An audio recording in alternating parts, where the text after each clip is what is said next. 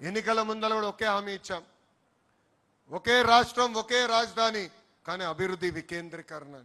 ఈరోజు భారతదేశంలో 100 రూపాయలు పెట్టుబడులు వస్తే దాంట్లో 25 రూపాయలు ఈరోజు ఆంధ్ర రాష్ట్రానికి వచ్చిన ఘనత.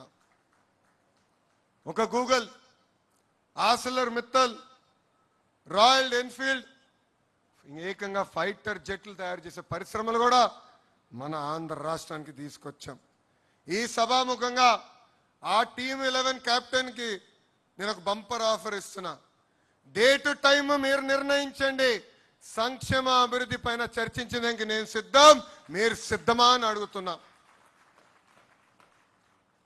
అభివృద్ధి సంక్షేమం హడావిడిలో పడిపోయి గత పాలకులు చేసిన విషయాలు మనం మర్చిపోతున్నాం.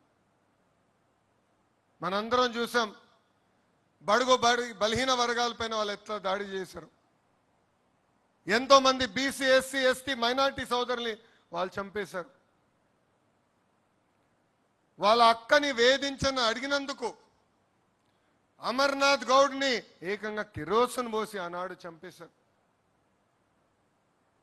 ఇది మనందరం గుర్తుపెట్టుకోవాల్సిన అవసరం ఉంది. ఇంతేకాదు, ఒక దళిత డాక్టర్ ఫేస్ మాస్క్ అడిగినందుకు సుధాకర్ గారిని చంపేశాడు. వాళ్ళ పార్టీకి చెందిన ఎమ్మెల్సీ ఏకంగా వాళ్ళ దళిత డ్రైవర్ సుబ్రహ్మణ్యం చంపేసి శవాన్ని కూడా డోర్ డెలివరీ చేశారు. నంద్యాలలో అబ్దుల్ సలాం మొత్తం కుటుంబం కలిసికట్టుగా వైకాపా నాయకులు వేధింపులు మేము భరించలేమని కుటుంబం మొత్తం ఆత్మహత్య చేసుకుంది.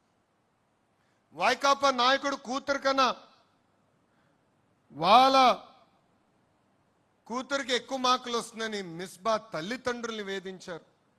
అది తట్టుకోలేక బుక్లో రాసి మరీ ఆ రోజు ఆత్మహత్య చేసుకుంది మిస్బా.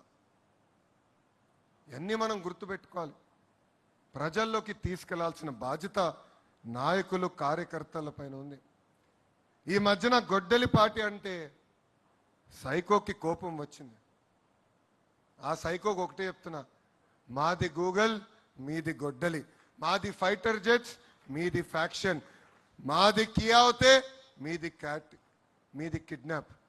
బాబు గారు చెప్పినట్లు both are not the same brother.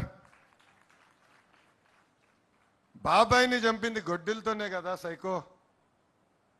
సొంత తల్లిని చెల్లిని మెడబట్టి బయటికి గెంటేసింది మీరు కాదా? ఇవన్నీ మర్చిపోయారనుకుంటున్నారా ప్రజలు? మా నాయకుల్ని మీరు ఎట్లా చంపారో మేము మర్చిపోయామా అనుకుంటున్నారా? అందుకే మీ పార్టీని గొడ్డలి పార్టీ అని